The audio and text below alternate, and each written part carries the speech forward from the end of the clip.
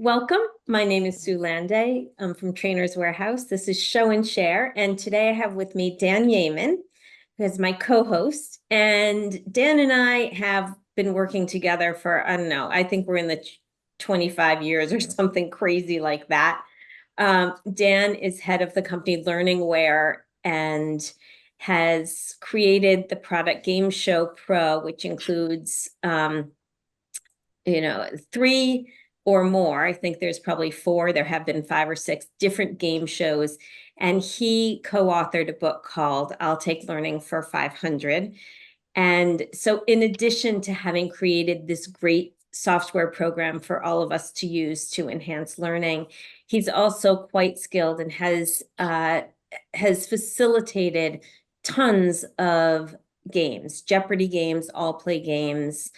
And so I asked him to share with us some of his best practices and to give us an opportunity to share with one another what we're finding to be successful ways to facilitate game shows and maximize learning. So with that brief introduction, Dan, I'm going to hand it over to you. I think you're going to share some slides with us and then kind of talk about how that how those tips can integrate and work with Game Show Pro as an example. Yeah, no, great. Thank you. Can you hear me all? Yep. Great. Yeah, so what I'm going to do is show a few slides, but I really wanted to get a dialogue going. So if you have any questions at any point, what's the best way of facilitating that? Will they raise their hand and you grab them or? Yeah, I'll keep an eye on that. And let me also, Dan, should we start off with that poll just to kind of get a sense Yeah, of the group and where they are? yeah, please. And as I do this, I'm gonna let you all know that Dan's software also could do this, but right now we're in Zoom, so we're using it here. So our question is, how many times in the past have you facilitated a game show for learning? And the options here, if folks are already logging in, but never just a few times or lots, so that we just kind of have a sense of the group. And Dan can then kind of, know where your heads are and what sorts of experiences you may or may not have had. All right. I'll give you another. We have 22 folks on the call so far, so I know people are still logging in. If you can take another minute. All right. I'm going to end the poll now and share the results. There we go. I think we have a mixed bag. We do. That's great. So we're all in a different place. And can I see in chat what type of subjects are you using game shows on? What curriculum? If you want to put some chat in there.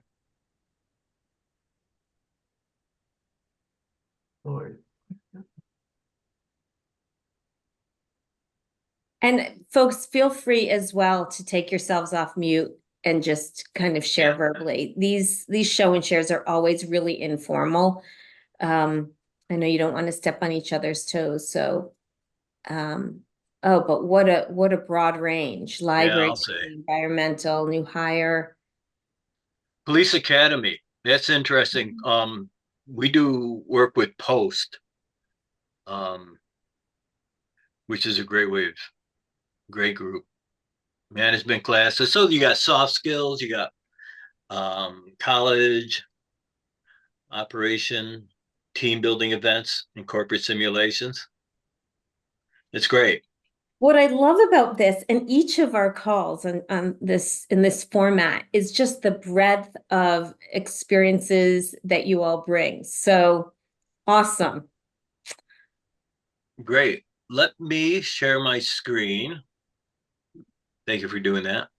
And we are going to share the screen and let me start my program here.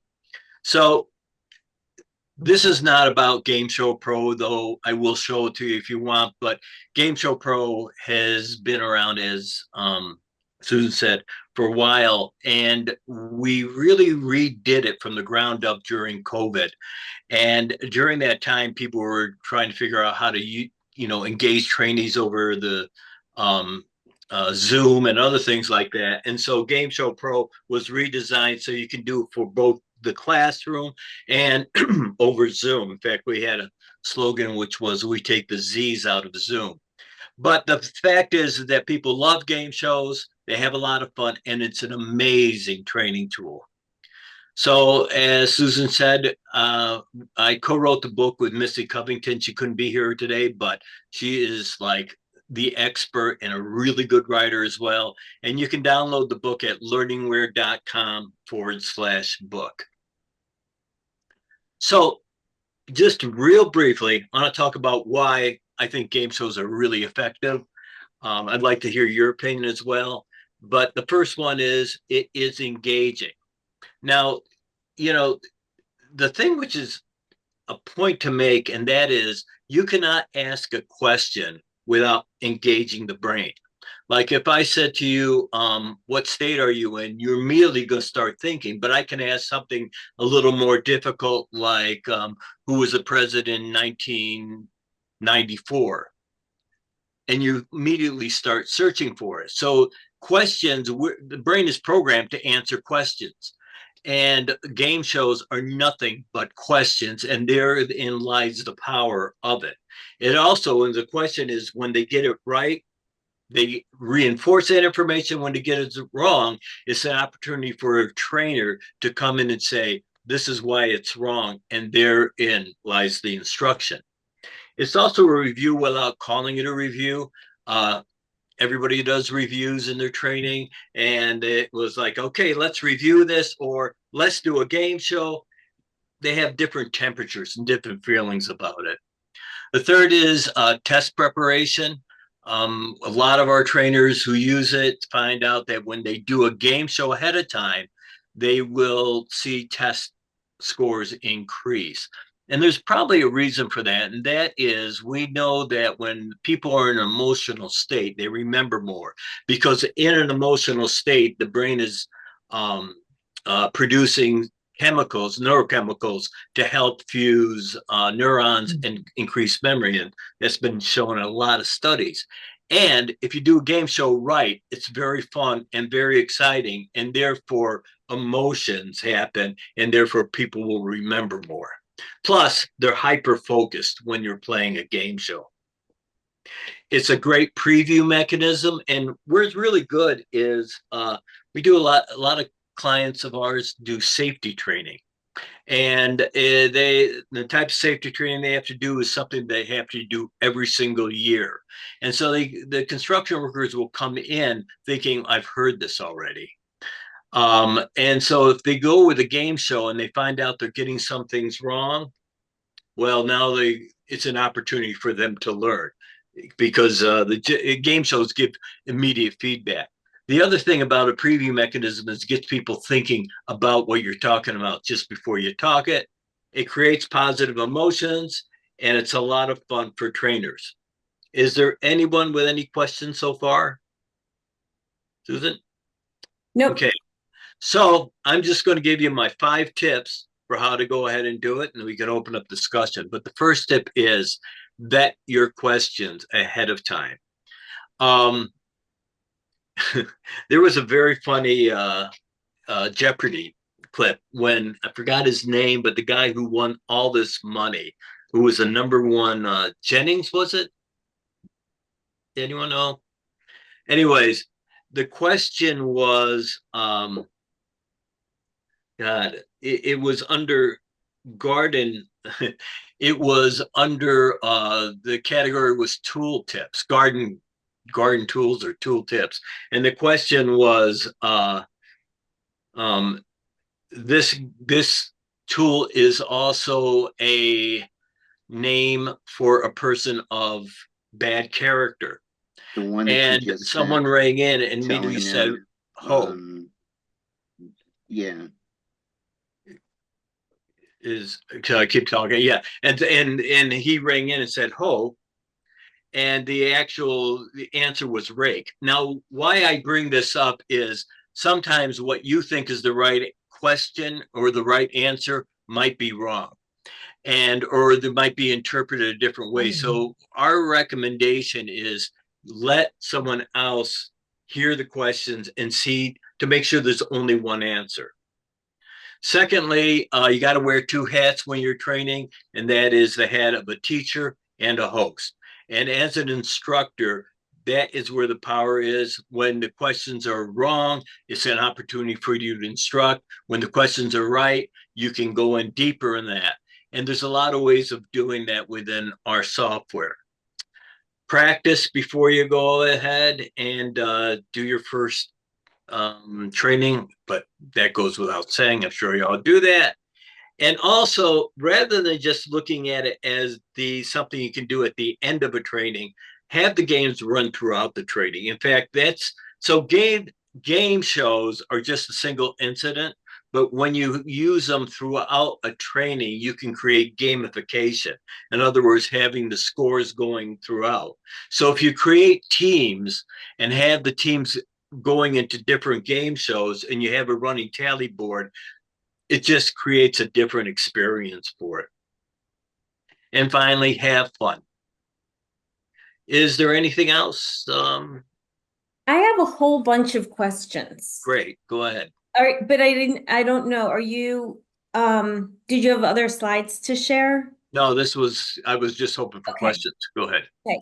So, and I want other people to type in questions also, but um, can you talk about like the optimal number of participants and teams and when to kind of structure an all play versus team play, things like that? Yeah. I guess All, that's two separate questions. no, that's great. The optimal questions per team, it depends on the game and it depends on how many people are having the class. If you're having a big class and you want to do a Jeopardy game, what we suggest is three people per team, but you might have a lot of other people out there in the audience. So what we recommend is you have three people representing each team. And by the way, we suggest dividing your entire classroom into a team. So you have three people selected from them. They can self-select or other people can volunteer them. And so their job is to answer the questions, but you give the audience a job, and that is cheering on their team. And And how many teams? Like, uh, no more than five. Three is better. and We why is that? Why? Because there's a couple of reasons. First of all, when you have more people per team, there's more energy involved because we try and get people cheering, so there's a lot more energy. The other thing is there's five. Being at the bottom of five feels a lot different than being at the bottom of three or two people. And, you're dealing with feelings. So we think three is optimal. Okay. And Jenny asked if you can just show the tips slide one more time. Absolutely. Um, so one of the things that you had on there, as I recall, is about vetting questions. And I wonder if you can talk a little bit more about choosing question types and opting between an open-ended answer versus a multiple choice, a yes, no. Like how should that how should that determination be made, I guess is my question. Yeah. There's two things. Multiple choice is recognition to see what the correct answer is. Open-ended is recall, so they have to dig in a little deeper to um, fabricate the answer to come up with the answer. Um, so I prefer doing open-ended, but in some games that's not possible. Like in our all play game where everyone in the audience plays along on their device, it's got to be multiple choice. But I think generally open-ended is better. Now, the challenge with that is that you have to be a little more um, careful on writing the question so there's only one answer. So they are understanding what the answer is. The other thing about the other thing I can say about it is do not make the questions too easy. And there is a tendency to make multiple choice questions really easy because the answer always often is all of the above. Now, if you're in the audience, if you're a trainee and you see at least two answers, you know it's going to be all of the above. So we don't recommend any answers like that. If there are 4 points you're trying to make, um, what you can do is have five distractors, which are the answers, and have one of them be wrong and say, which of the following is not true? Then they have to go through and process each answer. Does that make sense? Yeah. Yep. And I didn't see, did you bring up the tip slide again? Yeah. Did you catch that? No? No. Ew. Let me try and do that again then. Okay, there we go. Yeah, There we go. that's weird. Okay. Um, so that's interesting because it seems like you're kind of then balancing, it just went away again, Dan. I have a dark screen. You Really? have to kind of balance. There we go. Thank you. Yeah. You So have to you should, balance, do I want, do I want to go with multiple choice so that everybody can play? Or do I want to go with the harder answers that might be more team focused, that are open ended? right. Um, and so, I guess there's just trade-offs, and that's the point with that, right? Yep. Yeah. It depends on the game too. And where you are, whether you're in teaching mode or reinforcement mode, I guess. Hmm. Yep. Um, all right. Um, I was also going to ask, the idea of creating an emotional state. It looks like that can come both from the team play, the excitement, the difficulty, the challenge, that can, those emotions can sort of come in a lot of different ways. And I suppose it's up to the facilitator, um, which of those routes to take. Right. Here's our recommendation, and that is you got to have fun. It's got to be a time of play. Bob Pike used to say adults are children in big bodies, and that is very true when it comes to the game. What we recommend is when you set up the teams, you get them cheering out loud Mhm. and you give them permission to do that. And what we discover is that if you do it from the beginning and set that pace during the game, they will cheer, they will be much more engaged. And we've done tests, A/B tests, and we know that's true. So you get them to do that and you get them to have fun. And you should take a look at the book because we go way deep into how to host it on something like that. Yep. But absolutely. So other questions, perhaps you either want to raise your hand or put them in chat. It looks like both Sherry and Corey took themselves off of mute. So please ask away. And also, if you want to see how any of these tips can be kind of put into play using the software, we can do that as well. Mhm. But yeah, Corey, did you have a question? Maybe I misread. Jenny asks, are there demos of the software?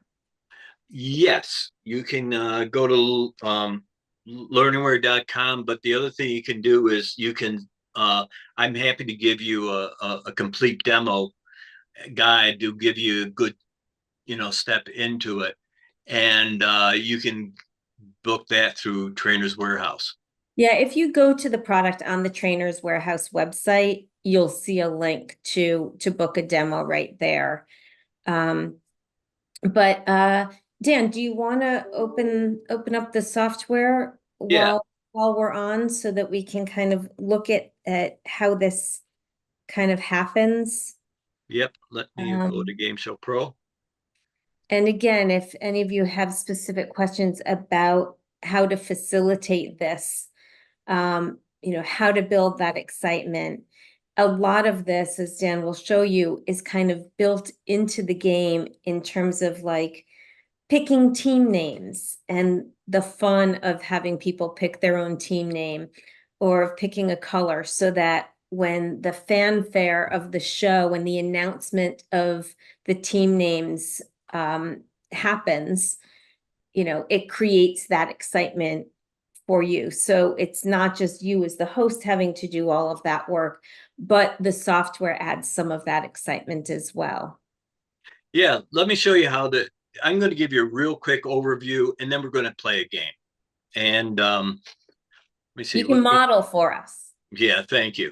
Uh, we'll do that. What I am going to do is I'm going to show you a categories game. We call it categories for obvious reasons, but it's basically Jeopardy. All of our questions are built in PowerPoint.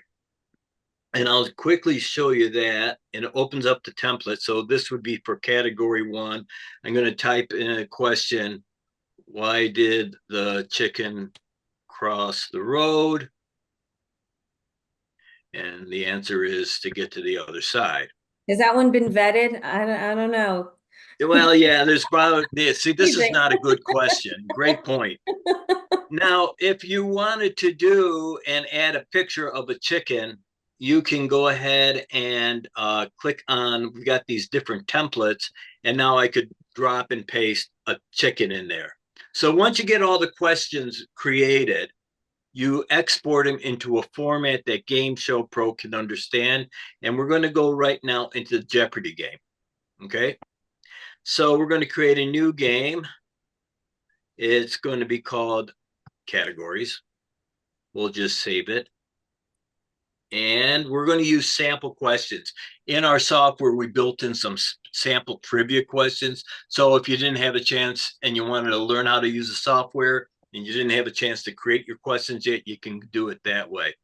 But the first thing we do is we put in the categories. I'm not going to put them all, but I'll go, this is nerd knowledge. This is the arts.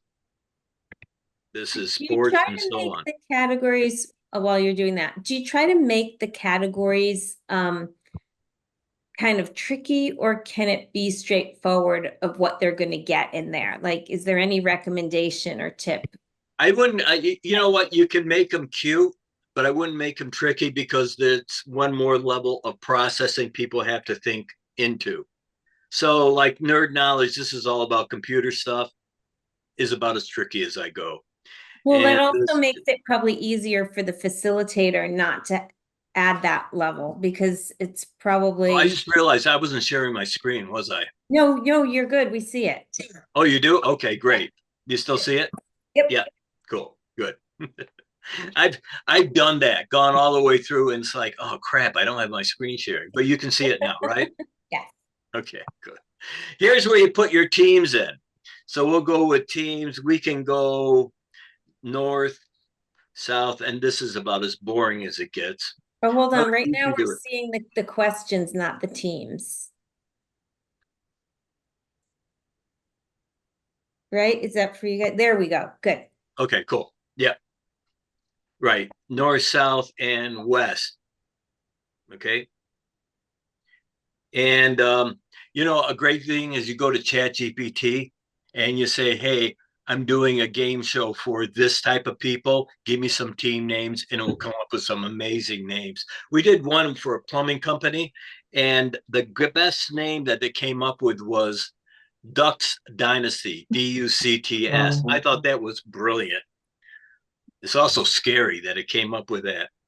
The ring in is important only if you're using slammers. If you're using the Me First slammers from Trainers Warehouse, you go ahead and register them here. The timers are all in. And by the way, you look at this stuff, you got to realize that every single screen has got these question marks that go into detail on how to go ahead and run the game. So it Dan, I'm really, sorry. While we're on timers, so you yeah, have ring in timers and answer timers. yeah, And how do you make the determination of how long these should be? that's a great question. The ring in timer is okay. So when you see the question, you can let the people ring in immediately, or you can pause it. Like the question comes up, you can give it a 5 second, 10 second. I've got it set for manual. Um, Here's the thing to think about. Jeopardy is a great game, but it rewards fast thinking and fast readers. Okay. And if you have, let's say, a classroom where English I is, don't know. I'm sure if you hold them up, you can figure that out. what's that? Sorry, Oh, we no, it's have, okay. If you have situations where your trainees don't have English as a first language, they're going to be at a disadvantage. So I like to keep it at manual to where they're allowed to ring in, and you'll see how this plays out when they're allowed to ring in when the questions come up, when you've done reading the question. For these type of timers, our feeling is when they ring in, you only can give them 5 seconds to begin to answer. If you give them any longer, what they're going to do is ring in. And so their focus is on beating everyone else and then trying to think of what the answer is. Okay. But if you cut it really short, as soon as they ring in, they better come up with the answer or you could rule them wrong. Does that make sense? yeah, that's really important. Thank you for Yeah. that. Yeah. And so you go ahead and set it up. This is the final and the wager, like a daily double question. Then the visuals and sound, you can go ahead and choose different boards. I won't go into that, but I'm going to play. But what I need is I need three volunteers who've got their phone nearby them. Any of them? And Dan, I'm just going to pause for a second here because Go ahead. I want to be respectful of people's time. Oh, It is 12:30, so hopefully people can hang on and do this. I just want to ask before we do this, are there any other questions in case someone needs to leave that they wanted to answer real quick before we move into this? And while you're thinking or writing, I will also tell you that we will post this on our website. So if you do have to leave, but wish you could stay, we'll make that available. Anything else? yeah, just to answer Jenny's, it is downloadable, the software. Okay.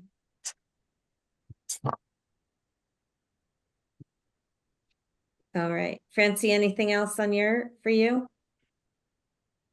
Okay.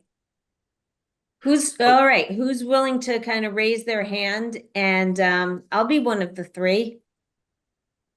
But I'd also be happy for it to be anybody else.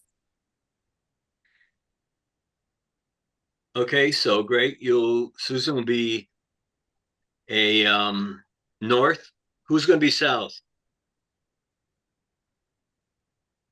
Jenny will be west. Who Okay. will? Jenny. Okay, Yes. great. I'll be west. And we need a south. Anyone from the south? Even if it's the South Chicago, we'll take that. Or you like going to the south? Yeah. And How I about promise these are going to be easy questions, and we're only going to play a few questions. I will not embarrass you. okay. Sherry Thompson, can you do it? You texted, so So we need our mics unmuted. yeah, please. Yeah. So Okay. I am going to change screens, and what I'm going to be showing you is I am going to gotta move this stuff out of the way, and I am going to be showing you a QR code. You're going to take your device and log in with it. Just let me clear off the screen. And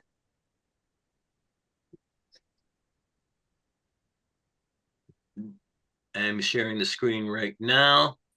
So go ahead and log in. So what you're going to do is you're going to scan that QR code. It's going to take you to a private game room. And all you need to do is type in your first name and select your team. We got Sherry in. We got Sue in. Now, by the way, we could play with more than 3 people. We can play with everyone on here if you wanted to. I was just making sure that we had 3. In fact, if someone wants to go on, we don't care. Join the team. Yeah, join the team. Log in with your name and select any of the teams. I just want to make sure we're all 3 are covered. We got someone having a problem. To We got get Sherry mine and in. Sue. Jenny, are you could you get it? Yeah, think I got it now. And we have Dawn. And we have Jenny. Anyone else? Oh, great. We got more. Jose. And we'll just jump into the game. Now, what's going to happen is we got these categories. We got nerd knowledge. We have the arts. We have sports. We have geography. And we have trivia. Now, I could go into more detail what they are, but they're pretty self-explanatory. We're going to decide who goes first. And I am going to make sure that you should be able to hear the sound. But Just saying for Sal, any who aren't on, this is what my phone says. It just for any who aren't, it just says stand by. stand by. And what's going to happen is that button's going to turn green when I allow you to ring in. Now, all you have to do is tap it, and your name will show up. I will call on you, and you have to give an answer. Okay? So, looks like South, who was in the South team, go ahead, unmute yourself and give me a category and point value, please. Give me nerd for 100. Nerd for 100. And here's the question. By the way, you don't have to answer this in the form of a question. Here it is. When referring to phone calls made over the internet, what does the acronym VoIP stand for? You can ring in. Just tap it. Team 1. And we got Jose. I thought you would be the one who'd know this. What is the answer? Voice over IP. That's exactly right. Voice over Internet Protocol. Congratulations. You get 100 points. Now, you are in control of the board. Jose, give me a category and point value, please. Do trivia for 100. Trivia for 100. What is a French culinary term for a dish that has been covered with breadcrumbs and grated cheese and browned? Team 1. Go ahead, Dawn. Au gratin potatoes. Good. Yes. North has taken over this game. Go ahead, Donna, give me another one. Geography 200. Geography 200. The ancient citadel of Machu Picchu was built in which pre-Columbian empire? Any guesses on that? Team 1. Go ahead, Jose. What is the Aztec Empire? Oh, I'm so sorry. Anyone else want to try and ring in? Team 3. Go ahead, Jenny. Jenny, are you on mute? No, she's not. No, I'm not. No. I got it wrong anyway. Oh, well, the correct answer was Inca Empire, Oh, Inca. but I gave it to you. Okay. Okay. Okay, so Dan, I'm going to interrupt for a second. Go As ahead. much fun as I'm having. One of the challenges I think of being a facilitator is whether you have to know all the answers. No, you don't. And I'm going to show you right now how I am playing this game. Do you see my control screen? Right now, we're still seeing the game board. Okay, I got to push share. Okay, now do you see the control screen? Yep. Okay, cool. So this is what I am seeing when I'm doing it. I'm going to bring up this preview window. This is what your students are looking at. So it's a two-screen operation, just like it is in PowerPoint. I can control the game from here, and everyone else is looking at this screen. So someone from the West, you're still in control because there's a little orange dot. Give me a point value and a category. Sports for 100. The arts for 100. Oh, sports. Oh, sports. Well, you got arts. Sorry, my mistake. I thought I couldn't hear Oh, you. okay, that's But fine. to answer your question, Susan, the audience is seeing the question right here, but I can see the question and the answer. Okay. Okay. I let ring in. So go ahead. Someone who can read, answer that. Team 2. Now you'll notice that Sherry rang in, but I also am seeing your name right here. That's what's great about using the phone as a device or whatever. You can also use me first by name. Sherry, I Louis hope you get Armstrong. this one right. Louis Armstrong. Hoping I'm right. And that's how you play this game. And it's as hard as it is. It's really easy to do it.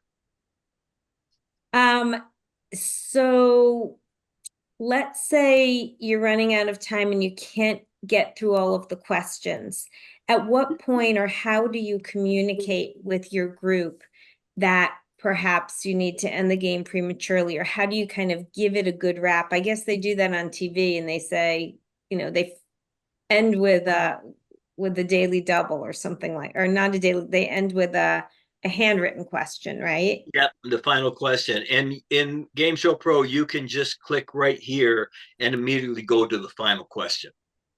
But what you do is you set it up ahead of time, saying we're going to spend 20 minutes, on this game, and then at 18 minutes you can stop, or 15 minutes you can stop if you're not done with it. You can also shrink down the size of the game to only show like 9 questions rather than 25.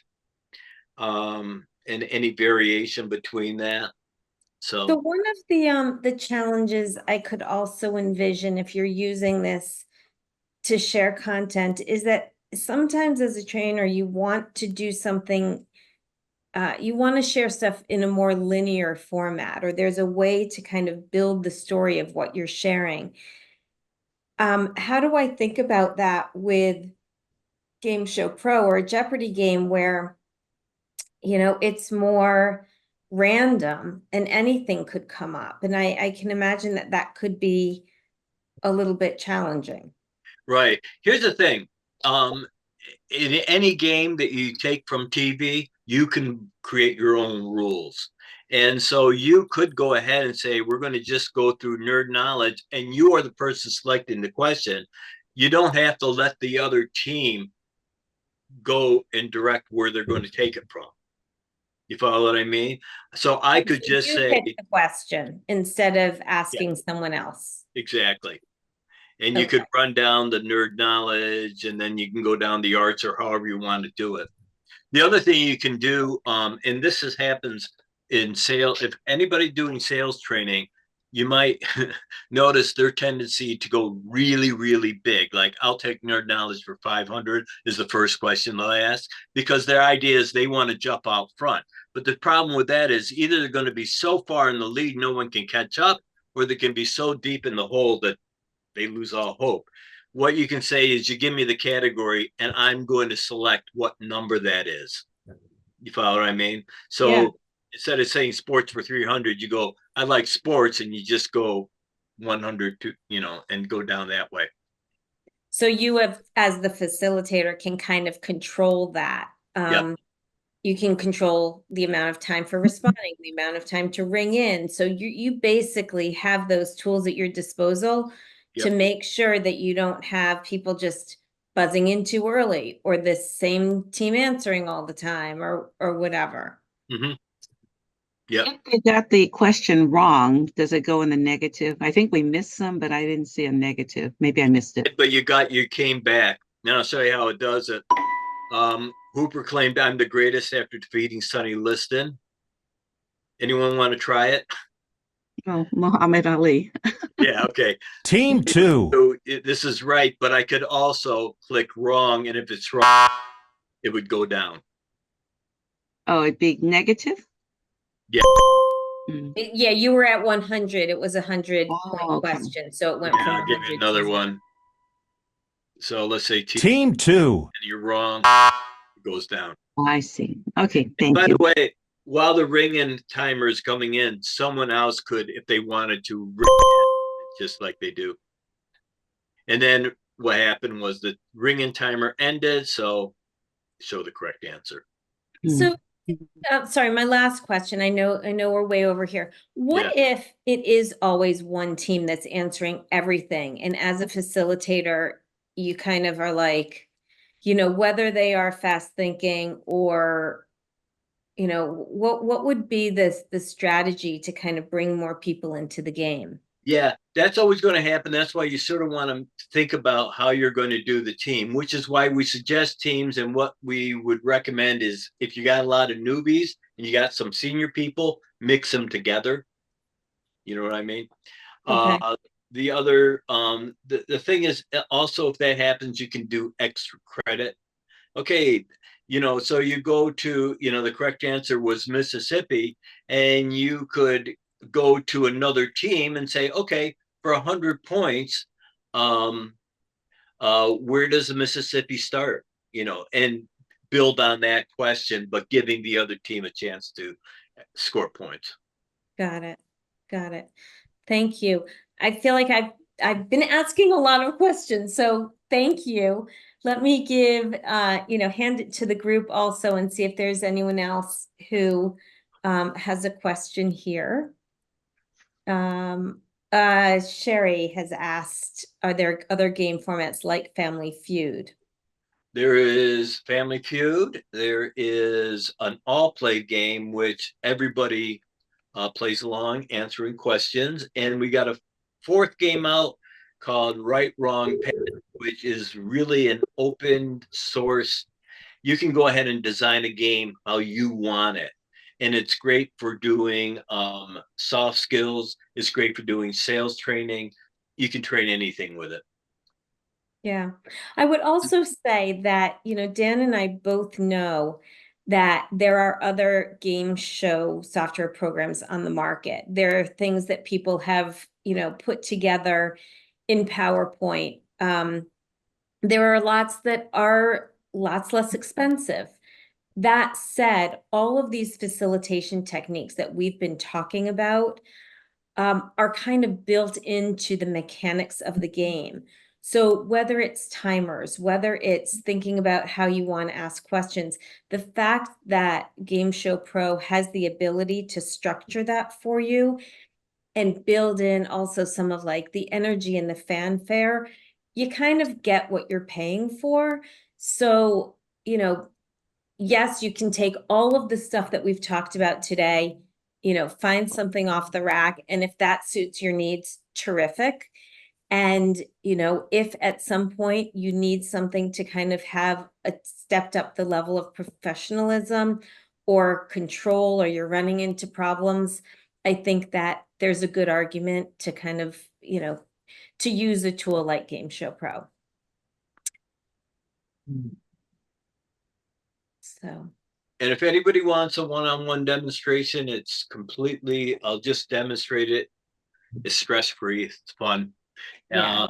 Please go ahead and get on our calendar, and I'd be happy to show it to you. Awesome.